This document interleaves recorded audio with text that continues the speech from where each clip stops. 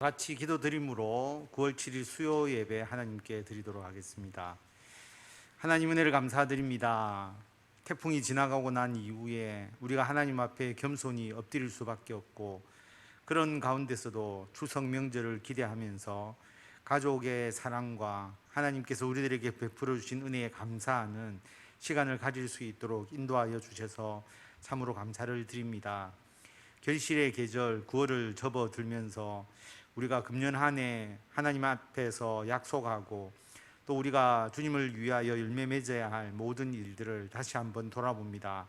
하나님, 서로 사랑하고 서로 배려하고 서로 돌보면서 우리에게 맡겨진 주의 일 잘 감당하도록 인도하여 주시고, 특별히 해운대 소정교회를 통하여서 우리가 그리스도 안에서 하나가 되도록 주님께서 우리를 맺어 주셨사오니, 교회를 통하여 하나님의 사랑과 은혜를 서로 나누고 우리 모두가 그 은혜를 받아 누리며 더 풍성해질 수 있도록 주님께서 역사하여 주시옵소서.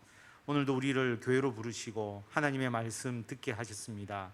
이 시대에 우리들에게 하나님께서 주시는 음성을 듣게 하시고, 또 이 예배를 통하여서 우리가 하나님을 찬양하고 하나님께 기도 드릴 때에 우리들의 기도에 응답하시고 우리들의 찬양을 기뻐 받으셔서 하늘의 복과 은총으로 넘치도록 채워 주실 줄을 믿사오며 우리 주 예수 그리스도의 이름으로 기도드립니다. 아멘. 찬송가 595장 다 같이 찬송 드리겠습니다. 나 맡은 본분은 구주를 높이고 무령혼 구원 얻도록 잘 인도함이라. 부르심 받들어 내 형제 섬기며 구주의 뜻을 따라서 내 정성 다하리. 주 앞에 모든 일 잘 행케 하시고 이후에 주님 배울 때 상 받게 하소서.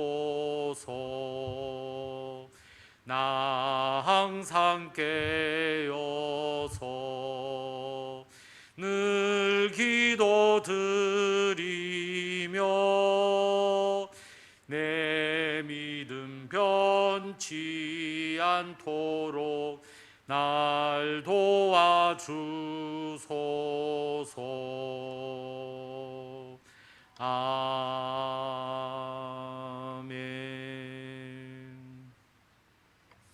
하나님의 말씀 히브리서 13장 1절에서 5절까지의 말씀입니다.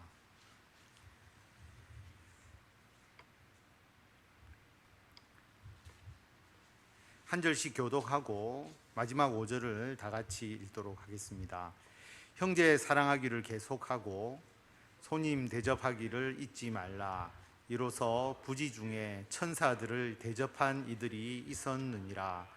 너희도 함께 갇힌 것 같이 갇힌 자를 생각하고 너희도 몸을 가졌은즉 학대받는 자를 생각하라. 모든 사람은 결혼을 귀히 여기고 침소를 더럽히지 않게 하라.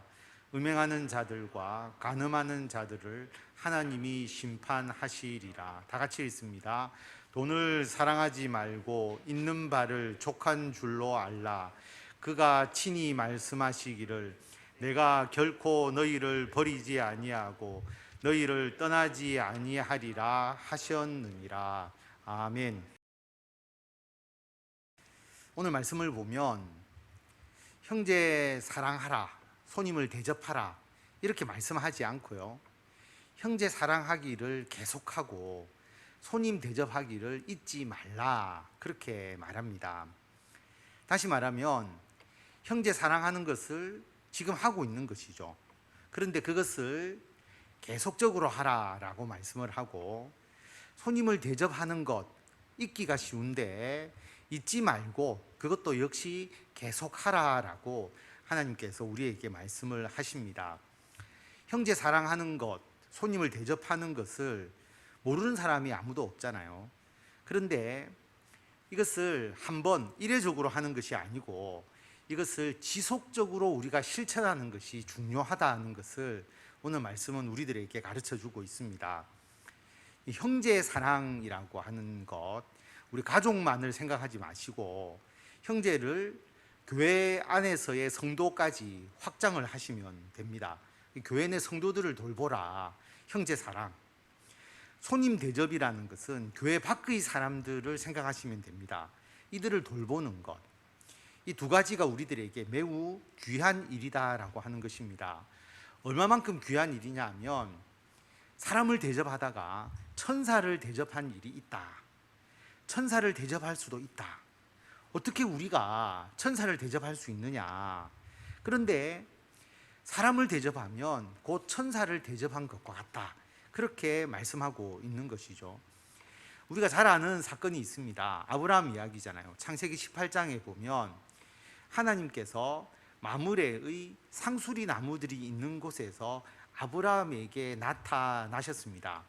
하나님께서 또 천사가 아브라함에게 나타났는데 아브라함에게 나타날 때에 어떤 신비로운 모습으로 나타난 게 아니고 사람과 똑같은 모습으로 나타난 거죠. 그래서 날이 뜨거울 때에 아브라함이 장막문에 앉아 있었습니다. 날씨가 굉장히 뜨거울 때니까 앉아 있는 사람이 힘든 게 아니고 그 거리를 온 나그네가 힘들겠죠. 그런데 아브라함이 누가 오는지를 보고 있었을 때에 사람 셋이 맞은편에 서 있었다라고 하는 겁니다. 그런데 그 아브라함의 행동을 보면 분명히 나그네라고 생각을 했겠죠. 그래서 그들을 보자 곧 즉각적으로 아브라함은 반응합니다. 장막문에서 달려나가서 그들을 영접하면서 몸을 땅에 굽혀서 그들에게 이렇게 이야기를 하죠. 여러분, 이 아브라함이 천사로 생각한 것도 아니고요, 하나님으로 생각한 것도 아니고 그냥 나그네로 생각하고 취한 행동입니다. 그런데 아브라함이 그 나그네에게 얼마나 마음을 다하여 진정하게 그들을 대접하고자 했음을 알 수가 있습니다. 억지로 하는 게 아니잖아요. 장막문에 앉아 있다가 그 사람들을 보고 즉각적으로 반응을 하면서 물을 가져와서 그들의 발을 씻어주고요, 나무 그늘 안에서 쉬게 만들어주고요, 그리고 떡을 가져와서 먹게 합니다. 그리고 밀가루를 반죽해서 떡을 만들도록 그렇게 하죠.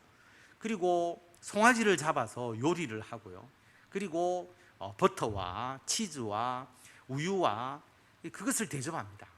다시 말하면 최상의 음식으로 공급을 해주죠. 분명히 나그네를 잘 대접해 주던 아브라함입니다.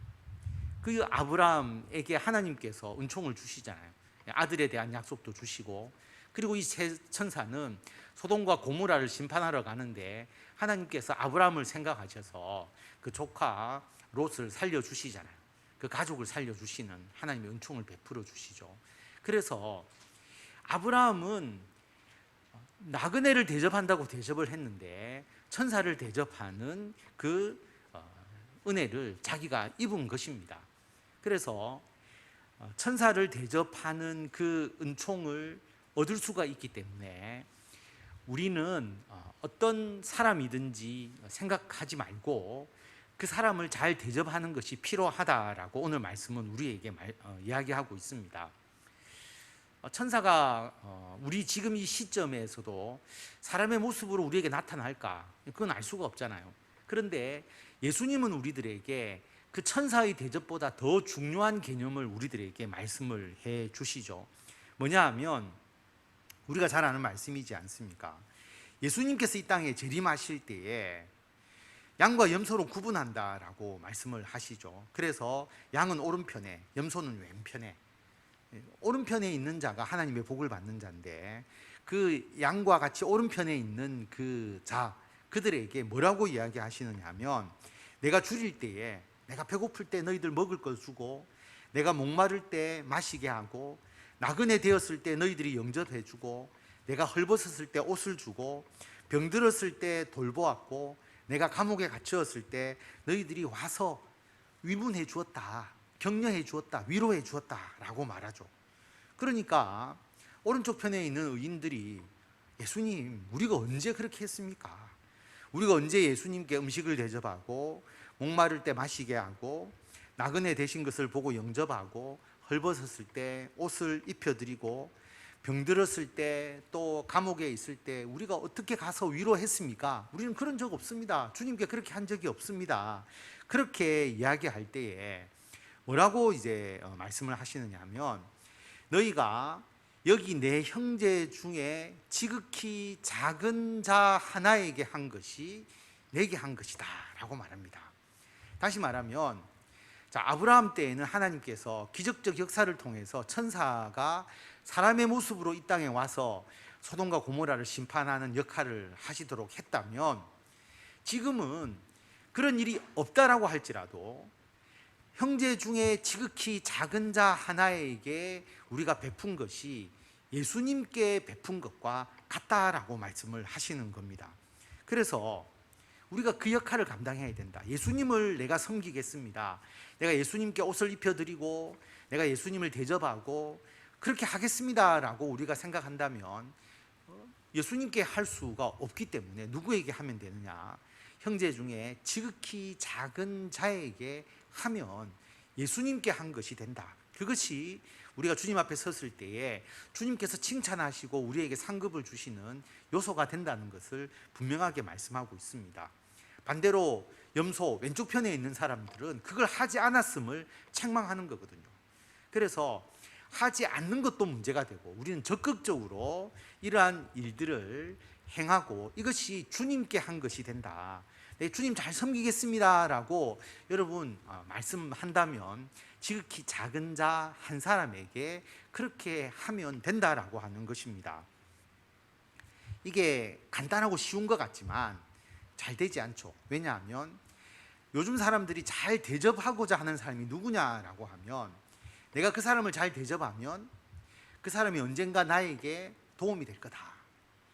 그래서 그런 목적으로 대접을 하는 경우가 굉장히 많습니다. 내가 그 사람을 잘 대접해서 관계를 돈독하게 해 놓으면 나중에 언젠가 나의 편에서 나를 위해서 뭔가 도움을 줄 것이다. 자기의 도움과 자기의 유익을 위해서 사람과의 관계를 맺으려고 하는 경우들이 굉장히 많죠. 그런데 주님께서 말씀하시는 것은 그것이 아닙니다. 손님을 대접하라 라고 말하잖아요. 손님이라는 게 귀한다는 의미가 아니라 나그네라고 생각하시면 됩니다. 나그네를 대접하라. 나그네는 뭐냐 하면 그냥 지나가는 사람이잖아요. 내가 이 사람을 대접했는데 이 사람이 나에게 도움을 줄 가능성이 전혀 없습니다.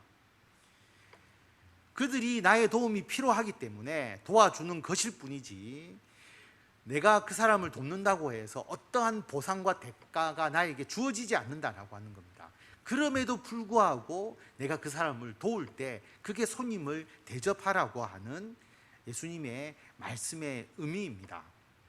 여러분, 우리가 형제를 사랑하는 것, 교회 안에 우리 성도들, 가족은 뭐 말할 필요도 없을 것이고요. 교회 안에 있는 성도들, 우리 그리스도인들을 사랑하는 것, 그리고 그들을 돕고 위로하는 것, 또 교회 밖에 있는 사람, 나그네와 같은 그 이웃, 또 우리가 선교사님을 돕기도 하고 또 개척교회를 돕기도 하고 또 우리가 이웃들을 돕기도 하는데, 그것이 우리들에게 어떤 목적성을 가지면 되지 않죠. 예를 들어서 도왔을 때 우리가 뭔가 우리 교회 이미지가 좋아지기 위해서 그렇게 한다든지, 아니면 이웃 돕기를 열심히 하면 전도가 잘 되어서 교회가 부흥할 것이다. 그것도 목적성을 띠잖아요.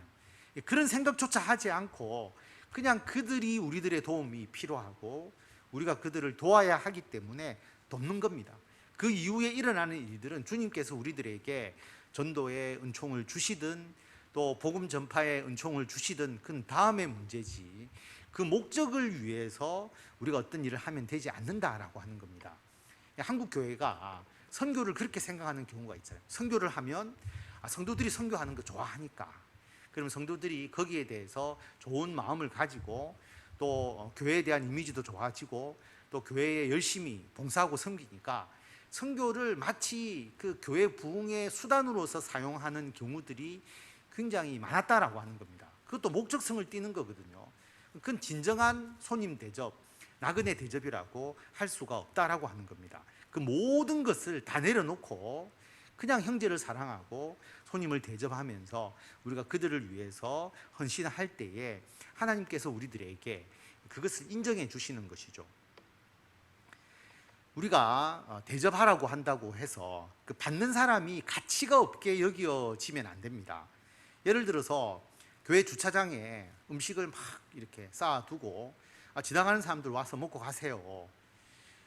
물론 먹고 갈 수는 있겠지만 그들이 그 음식을 먹으면서 진정으로 기쁨을 누릴 수 있겠느냐? 그건 아니라고 하는 거죠. 그렇다고 생각하면 대접을 한다는 것은 주는 사람의 마음, 정성, 그게 또 있어야 되는 거죠. 그러니까 진심으로 어떤 사랑의 마음과 또 배려의 마음이 담겨져서 그 마음까지 전달되어야 진짜 사랑하는 것이고 진짜 대접하는 것이다 라고 하는 것입니다.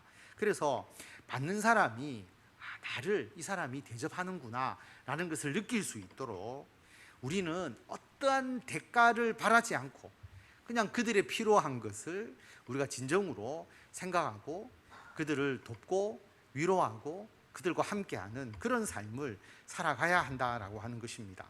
그래서 마태복음 6장에 보면 우리에게 구제를 은밀하게 하라라고 말하죠. 오른손이 하는 것을 왼손이 모르게 하라. 바리새인들이나 또는 사두개인들이나 당시에 외식하는 겉만 거룩하게 보이는 사람들은 구제할 때에 회당과 거리에서 내가 구제합니다. 내가 저 사람을 돕습니다. 그래서 나는 의롭습니다. 이것을 나타내죠. 나팔을 분다라고 그렇게 표현을 합니다. 그런데 주님께서 그들은 자기 상을 이미 받았다. 자기의 구제를 떠벌리니까 당연히 그 상은 이미 다 주어진 것이지 하나님께서 주실 상이 더 이상 없다라고 말씀을 하시는 거죠.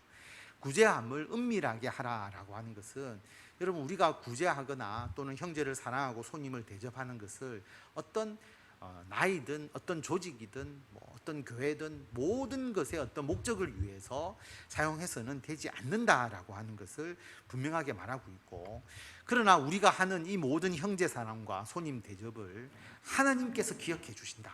사람이 알아주지 못하더라도 사람인 우리들에게 상을 주지 못할지 모르지만 하나님은 그것을 기억하시고 하나님께서 은총을 우리들에게도 베풀어 주신다라고 분명하게 말씀하고 있습니다. 잠언 11장 24절에 보면 흩어 구제하여도 더욱 부하게 되는 일이 있다라고 말합니다. 좀 말이 맞지 않죠? 내가 가진 것을 흩어서 다른 사람을 위해서 구제를 했는데, 구제라는 것을 꼭 어려운 사람을 돕는다라고만 생각하지 말고 오늘 말씀에서 형제 사랑, 손님 대접이라는 의미로 생각하면 나의 것을 가지고 형제를 사랑하고 손님을 대접했는데 오히려 나에게 더 부하게 되더라라고 하는 겁니다. 과도하게 아껴도 가난하게 될 뿐이다 라고 말합니다. 말이 되지 않죠? 그렇게 느끼지 않습니까? 그런데 개인적으로 보면 이게 아끼면 자기에게 이익이 될지 모르지만 우리 사회적으로, 우리 모든 국가적으로 모든 사람이 소비하지 않고 여러분 다 아낀다고 생각해 보십시오. 여러분 번 돈을 집에 딱 현금으로 모셔두고 소비하지 않는 거죠. 딱 의식주의 가장 기본적인 것만 하고 여러분이 아무것도 하지 않고 그렇게 내가 아껴야지라고 살아간다고 생각하면 우리나라는 경제적으로 망하게 되는 거죠. 그래서 아낀다고 되는 게 아니고요, 경제 활동을 부지런히 해야 되는데 경제 활동을 한다는 것은 소비한다는 거잖아요. 영화도 보고 문화생활도 하고 밖에 나가서 외식도 하고 여행도 가고 그런 일이 있어야 거기에 종사하는 사람들이 돈을 벌 수가 있는 것이죠. 그래서 모두가 경제가 더 윤택해지게 되는 삶을 살아가는 겁니다. 그래서 모든 사람이 과도하게 아낀다라고 했을 때 그게 가난에서 벗어나는 게 아니라 더욱 가난하게 되고, 오히려 내가 형제를 사랑하고 그리고 나그네를 대접하게 되면 모두가 잘 살게 되는, 모두가 부하게 되는 역사가 일어나는 것, 이게 경제 원리거든요. 또 이어서 25절에 보면 구제를 좋아하는 자는 풍족하여질 것이요 남을 윤택하게 하는 자는 자기도 윤택하여지리라. 오히려 형제를 사랑하고 나그네를 대접하고 베풀었는데 내가 더 풍족해지고, 다른 사람을 윤택하게 하는 자는 자기도 윤택해지는 거, 이게 경제 생활이거든요. 내가 남의 물건을 사주면 그 사람도 내 물건을 사주게 되는 것이고, 서로가 이러한 경제 생활을 통해서 모두가 잘 살게 되는 것이다.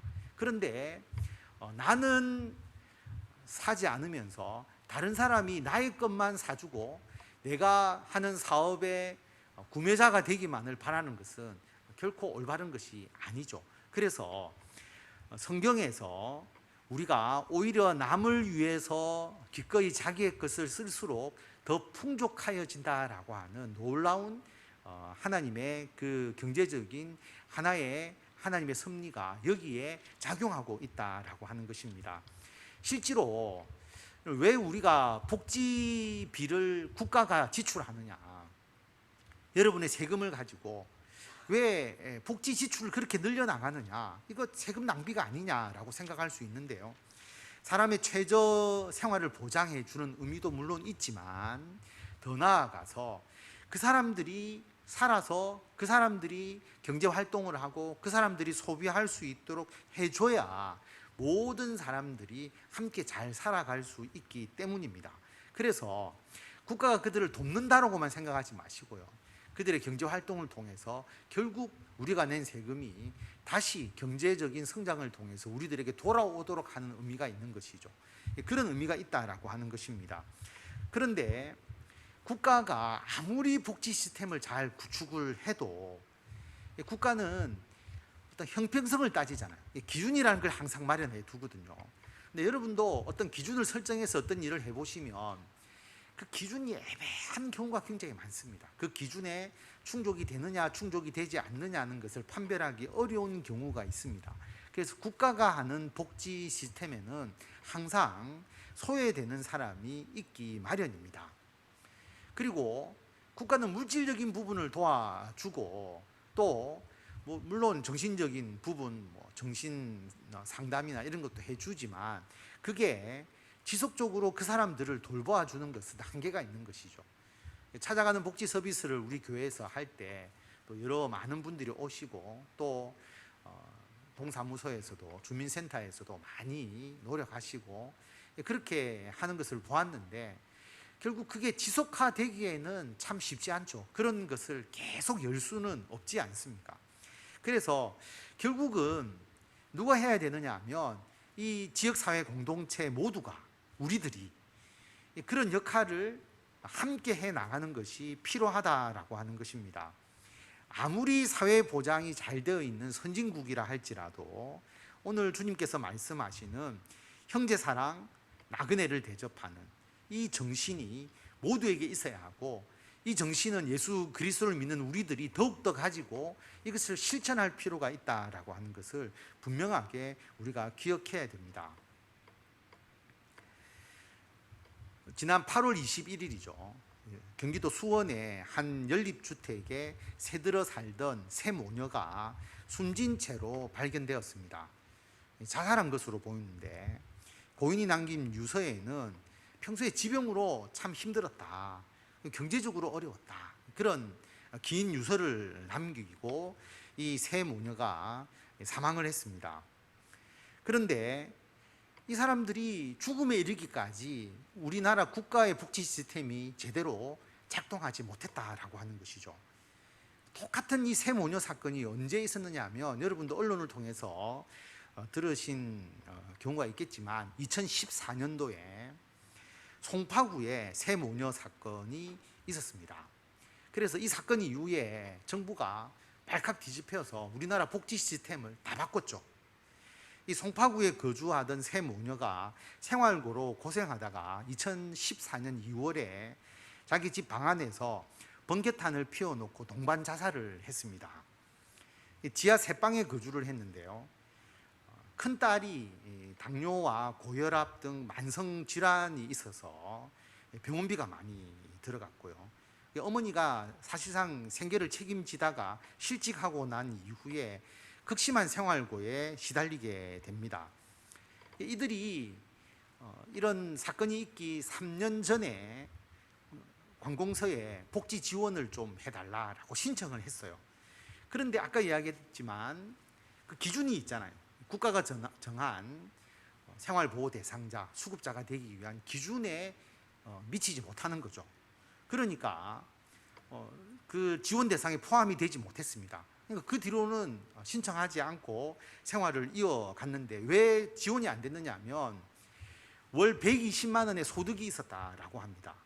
그리고 딸이 있는데 큰 딸이 뭐 고혈압, 당뇨병 일을 할 수는 없는 상황이었는데 정부가 보기에는 충분히 일을 할 수 있는 사람, 근로가 불가능할 정도의 질환으로 인정을 받지 못한 거예요.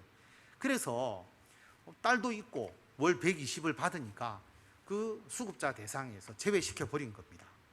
그런데 그 복지 전문가의 이야기로는 120만 원의 소득이 없더라도 그 당시 기준으로 보면 딸이 2명 있었기 때문에 근로능력이 있을 거다, 그렇게 보고 대상자 선정에서 제외가 됐을 것이다 라고 말합니다. 그래서 이 사람들이 2014년 2월에 마지막 집세, 공과금 70만 원, 그리고 죄송합니다라는 그 유서를 남기고 자살을 하게 되죠. 그래서 이 사건을 경험하고 난 이후에 2014년 우리나라가 복지국가라고 이야기하는 그런 상황에서 어떻게 이런 사건이 일어날 수 있느냐. 그래서 정부가 송파세모녀법이라고 일컬어지는 복지법 3가지를 통과하게 됩니다. 이게 뭐냐 하면 기초생활보장법을 싹 바꿨습니다.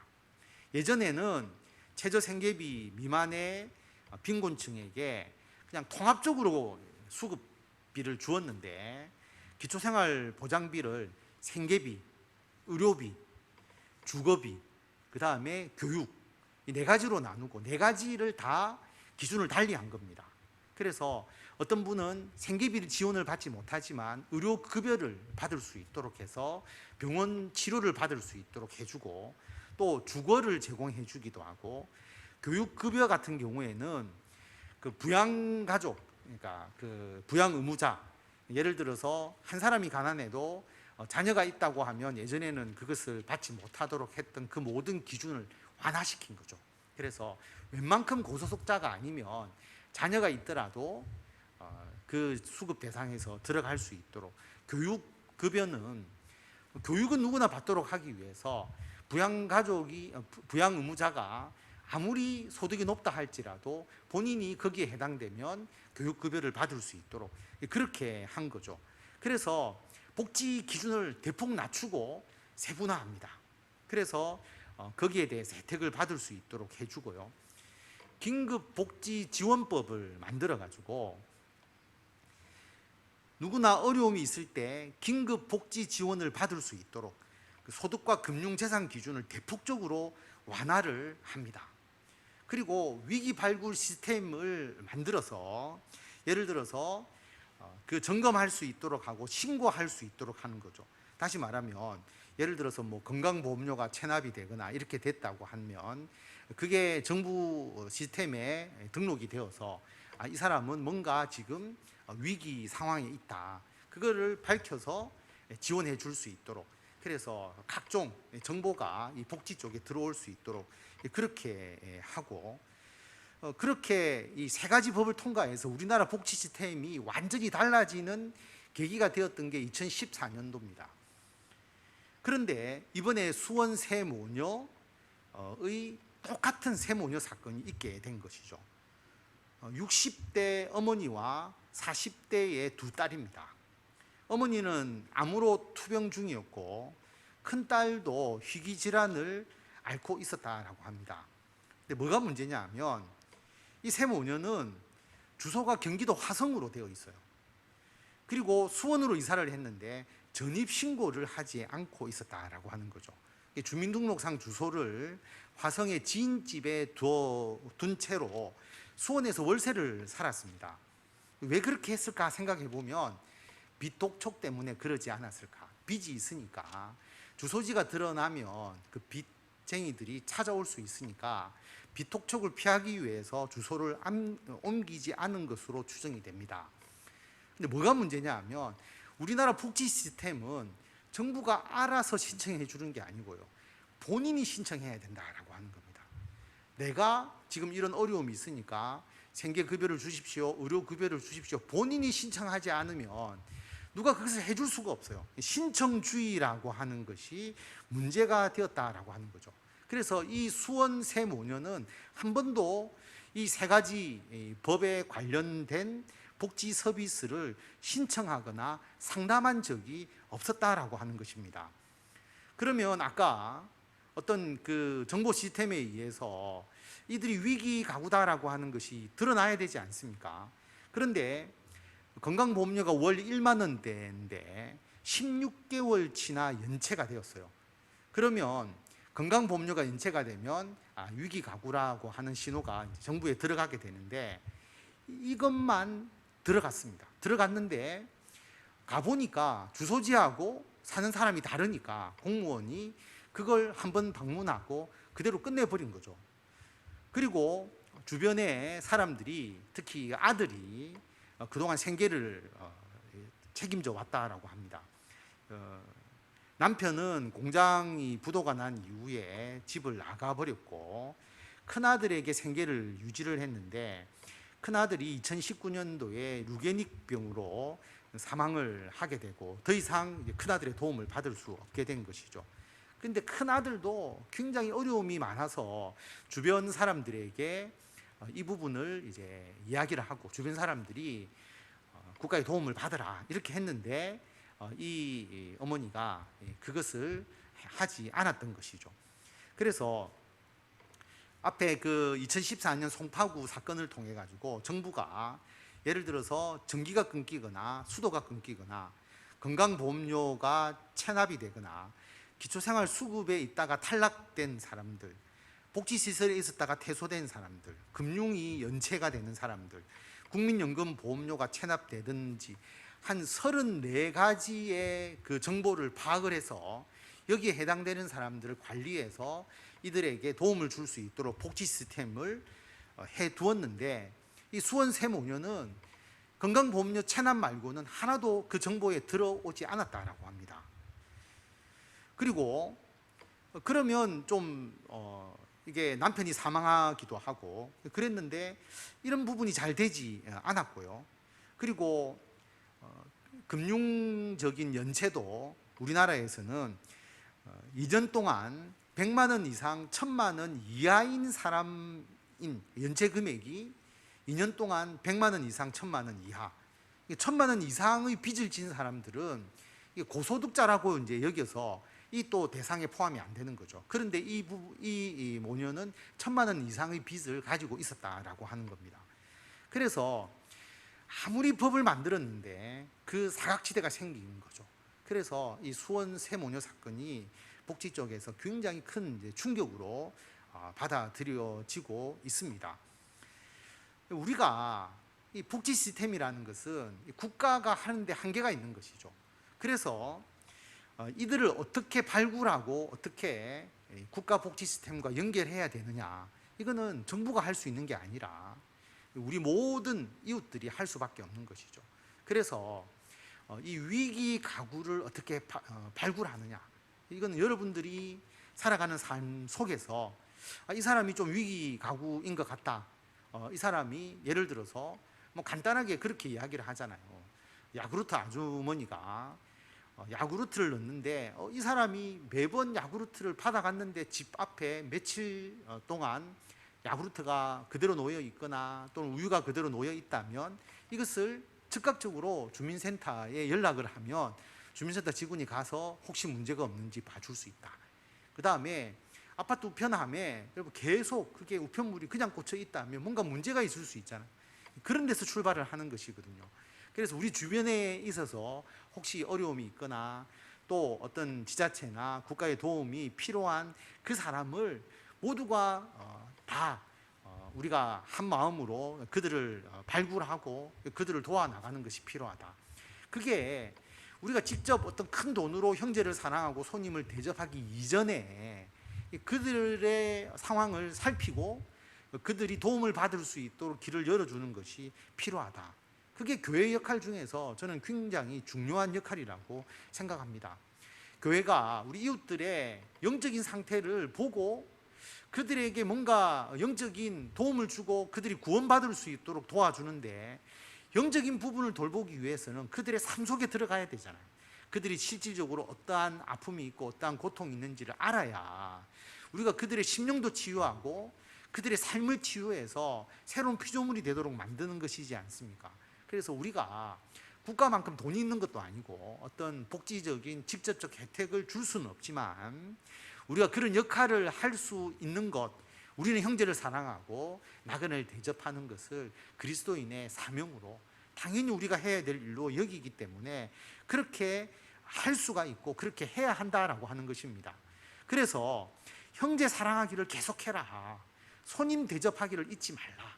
이것은 어떤 복지적인 문제가 아니라 천사를 대접하는 것과 같은 영적인 일이다라고 우리들에게 말씀하고 있습니다. 그리고 우리도 주님의 은혜를 받은 자잖아요.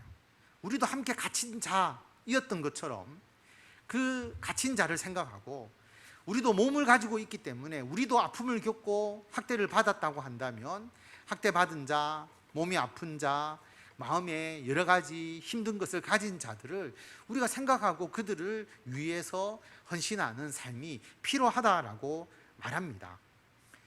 돈을 사랑하지 말고 있는 바를 족하라. 주님께서 우리와 함께 하신다는 것을 믿는다면 내가 결코 너희를 버리지 아니할 거다, 너희를 떠나지 아니할 것이다. 그러면 하나님이 우리와 함께 하기 때문에 앞으로 우리들의 삶을 하나님께서 책임져 주신다고 믿는다면 우리가 그 돈에 얽매여서 살아갈 필요가 없는 것이죠. 여러분, 돈에 대한 염려가 생기면요, 그때부터 돈을 쓰지 않게 됩니다. 전략한다는 의미가 아니고요, 안 쓰게 되거든요. 그럼 언제 쓰게 되느냐 하면 평생 못 씁니다. 왜냐하면 우리가 살아가면서 평생 풍족하게 살 수는 없어요. 항상 돈은 부족하게 되어 있습니다. 그래서 내가 풍족할 때 써야지라고 돈을 모으기 시작하면 한 번도 돈을 제대로 쓰지 못하고 우리가 이 삶의 생애를 마치게 된다라고 하는 겁니다. 왜냐하면 미래에 대한 불안감이 있으니까 지금을 위해서 돈을 쓰지 못하게 되는 것이죠. 남을 위해서 쓰지도 못하고 미래의 자신을 위해서 투자를 하고 미래의 자신을 위해서 돈을 써야 되는데 그것도 쓰지 못하고 그냥 모으기만 하는 겁니다. 그런데 한 번도 쓰지 못하게 된다라고 하는 겁니다. 그래서 돈을 사랑하지 마라. 있는 바를 족한 줄로 알아라. 그리고 내가 결코 너를 버리지 않고 떠나지 아니할 것이기 때문에 하나님께서 우리와 함께 하신다고 생각하면 우리가 가지고 있는 돈을 아주 요긴하게 쓸 수 있는 것이죠. 미래를 위해서도 쓰고 이웃을 위해서도 쓰고 나를 위해서도 쓰고, 그렇게 해서 우리가 모두가 윤택해지는 방법으로 우리들의 삶을 살아갈 수가 있다라고 하는 것입니다. 그래서 주님께서 우리들에게 내일 일을 위하여 염려하지 마라. 내일은 내일이 염려할 것이다. 오늘의 괴로움은 오늘로 족하다. 한날의 괴로움은 그날로 족하다라고 말합니다. 그래서 우리가 내일 일을 염려하지 않으면 지금의 나의 삶이 굉장히 중요하잖아요. 내가 지금 살아가는 삶이 굉장히 소중하기 때문에 지금 나의 삶을 위해서 돈을 의미 있게 쓰게 됩니다. 낭비하라는 의미가 아니고요, 지금 나를 위해서 의미 있게 돈을 쓰고 내 시간과 인생을 아주 쓸모 있게 요긴하게 사용할 수가 있는 것이죠.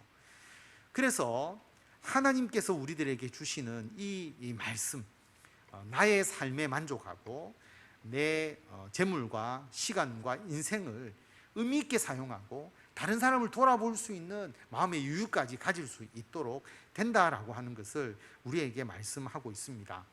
특별히 교회는 이 사명을 가지고 있잖아요. 우리가 복음을 전파하고 영혼을 구원하고 또 하나님 사랑, 이웃 사랑을 실천해야 하는데, 우리가 교회의 재정을 통해서 우리가 하나님의 영광을 나타내기 위해서 이러한 일을 반드시 우리가 행해야 된다. 하나님께서 우리가 하는 모든 일에 함께 하신다면 우리도 적극적으로 이러한 일들을 감당할 수 있다라고 하는 것을 분명하게 말씀하고 있습니다. 오늘 말씀을 통해서 우리들에게 주시는 그 의미, 하나님은 우리를 결코 버리지 않습니다. 하나님은 이 땅의 교회를 버리지 않죠.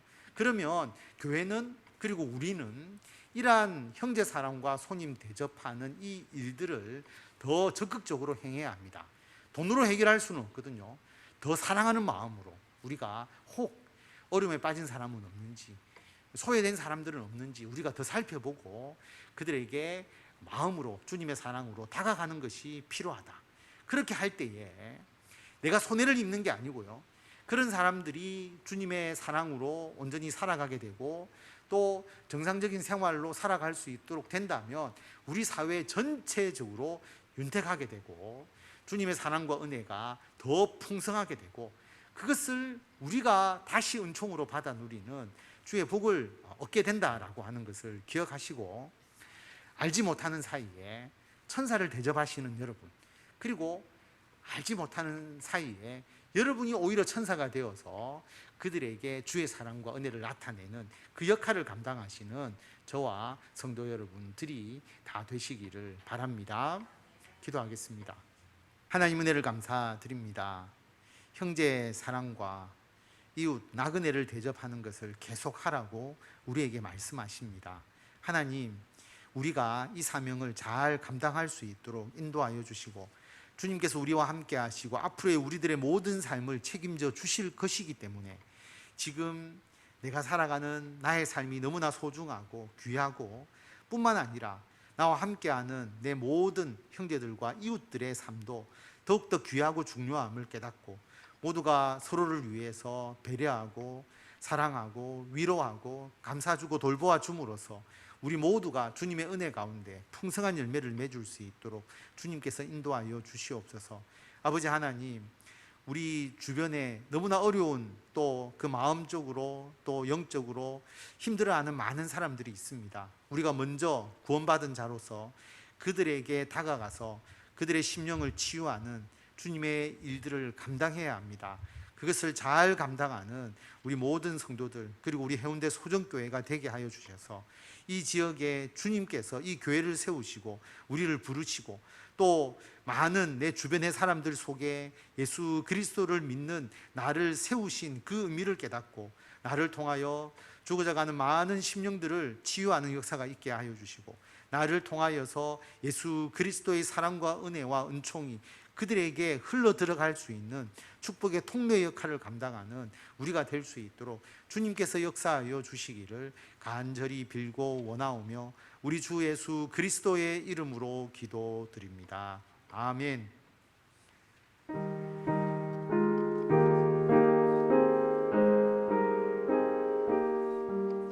218장입니다.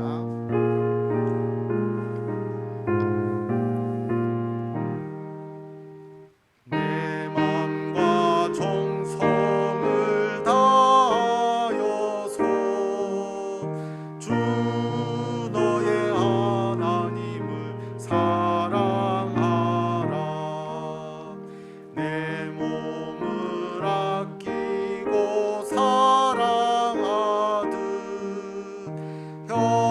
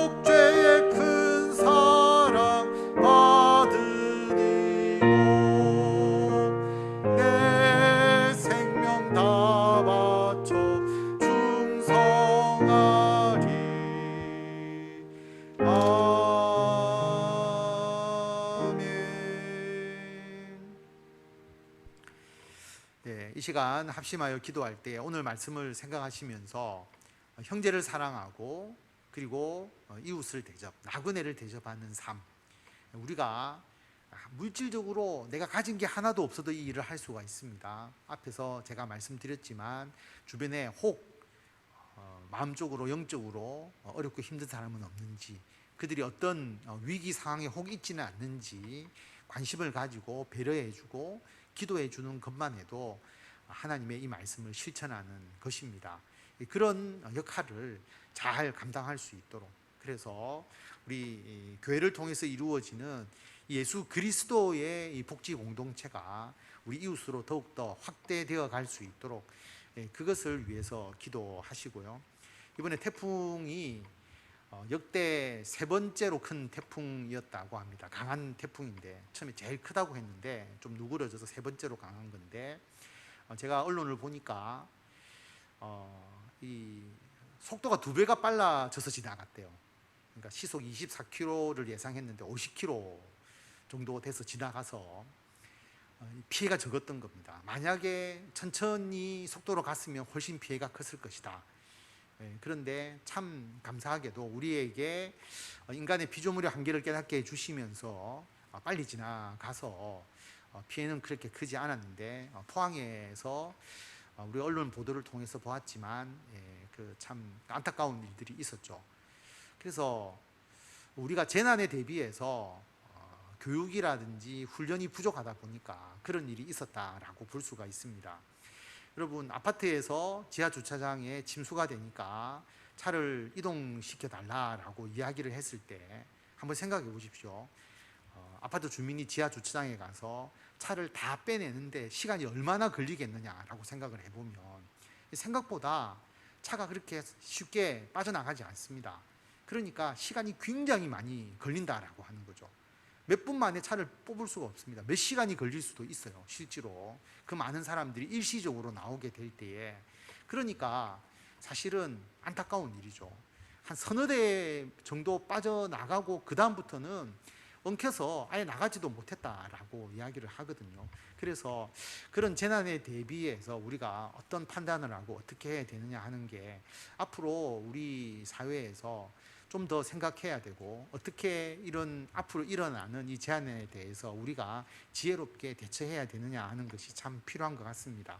어쨌든 추석을 앞두고 이런 안타까운 일들이 또 태풍을 통해서 있었기 때문에 여러분, 태풍에 피해를 입은 분들, 그분들을 위해서 기도하시고, 또 이제 추석이 이번 주에 있지 않습니까? 추석 연휴, 우리 자녀들을 생각하시고, 자녀들이 주님 안에서 아름답고 풍성한 열매를 맺는 주의 귀한 일꾼이 되도록 가정을 생각하시고 자녀를 축복하시는 기도를 드리시기 바랍니다. 이 세 가지의 기도 드리시면서 몸이 아픈 성도들 또 현우기를 위해서도 기도해 주시고요. 한 7분 정도 기도하고 제가 마침 기도를 하도록 하겠습니다. 다 같이 기도 드리겠습니다.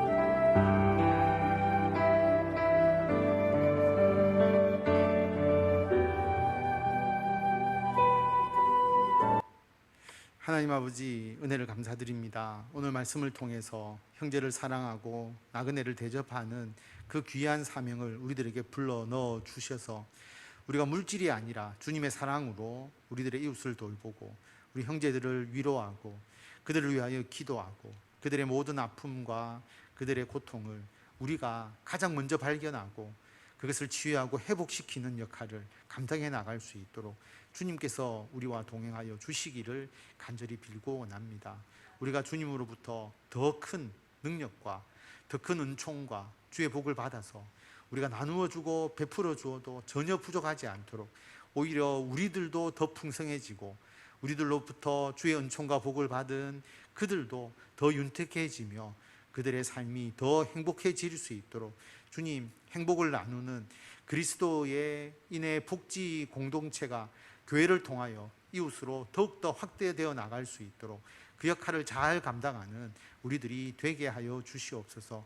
몸이 아픈 성도들이 있습니다. 아버지, 몸이 아픈 것뿐만 아니라 그들이 마음이 아프고 그들이 그것으로 인하여서 여러 가지 심적으로 영적으로 지쳐가고 있을 때 우리가 그들을 위하여 기도하고 함께 그들의 그 아픔을 나누면서 그들의 치유와 회복을 위하여 간절한 마음으로 주께 기도하고 위로해 나갈 때 주여 그들이 그 아픔을 이겨내고 하나님의 더 큰 위대한 믿음의 일꾼으로 우뚝 서게 하여 주시고, 특별히 현욱이 하나님께서 함께 하셔서 마지막 골수 이시까지의 모든 과정 잘 맞춰져서 완쾌되어서 하나님의 훌륭한 믿음의 일꾼으로 성장해 나갈 수 있도록 인도하여 주시고, 임상 목사님 다시 하나님께서 능력을 다하여 주셔서 주의 복음을 전하는 주의 사명 감당할 수 있도록 그의 손과 그의 모든 몸의 힘을 하나님께서 회복시켜 주시기를 간절히 빌고 원합니다. 우리 모든 성도들 건강하게 주님을 위하여 충성할 수 있도록 육체적으로나 영적으로나 새 힘과 능력을 다하여 주시기를 간절히 빌고 원합니다. 우리가 연약한 하나님의 피조물임을 다시 한번 깨달으며 거대한 태풍 앞에서 우리들이 겸손할 수밖에 없음을 고백하고, 우리들이 하나님의 창조의 섭리 가운데서 우리들의 교만을 다 내던지고 지혜롭게 하나님 앞에 엎드리며 살아가는 우리들이 되게 하여 주셔서 하나님의 뜻을 발견하고 하나님을 위해서 더욱더 충성되이 일할 수 있도록 인도하여 주시고, 이번 태풍으로 인하여 어려움을 겪은 그 모든 분들을 하나님 위로하시고 오히려 그 아픔을 통하여서 더 하나님의 은총을 받아 누릴 수 있도록 더욱더 위로하고 더욱더 감사주고 돌보는 아름다운 주의 사랑이 넘쳐날 수 있도록 아버지께서 인도하여 주시기를 간절히 빌고 원합니다. 아버지 하나님, 우리의 가정들을 기억하셔서 믿음의 든든한 반석 위에 서게 하여 주시고, 하나님께서 귀히 쓰시는 가정 되게 하여 주시고, 하나님의 거룩한 일을 동력하는, 서로 사랑하며 서로 힘을 합하여서 하나님의 귀한 역사를 이루어 나가는 귀한 믿음의 가정, 하나님께서 사랑하시는 가정이 되게 하여 주시고, 우리 자녀들에게 주의 복을 다하여 주시고, 우리 자녀들이 계획하고 준비하는 모든 일들이 주님 안에서 아름답게 이루어져서 다음 세대를 책임지는 하나님의 믿음의 리더로서의 역할들을 감당하기에 부족함이 없도록 아버지께서 역사하여 주시기를 간절히 빌고 원합니다. 오늘 주님 앞에 나와 예배드리고 주님께 기도한 귀한 성도들을 하나님께서 기억하셔서 기도에 응답하시고 항상 그들에게 필요한 것을 미리 아시고 주님께서 예비하여 주셔서 늘 나와 동행하시며 나의 모든 것을 책임져 주시는 하나님을 온전히 찬양하면서 살아가는 복된 삶이 되게 하여 주시기를 간절히 빌고 원하오며 우리 주 예수 그리스도의 이름으로 기도드립니다. 아멘. 우리 주 예수 그리스도의 은혜와 하나님의 무한하신 사랑과 성령님의 감화, 감동, 교통케 하심이 형제를 사랑하고 나그네를 대접하며 그리스도의 사랑의 공동체를 확장시켜 나가며 하나님의 귀한 역사를 주의 사랑으로 이루기를 원하는 모든 성도들 위해 지금부터 영원토록 함께 하시기를 간절히 축원하옵나이다. 아멘.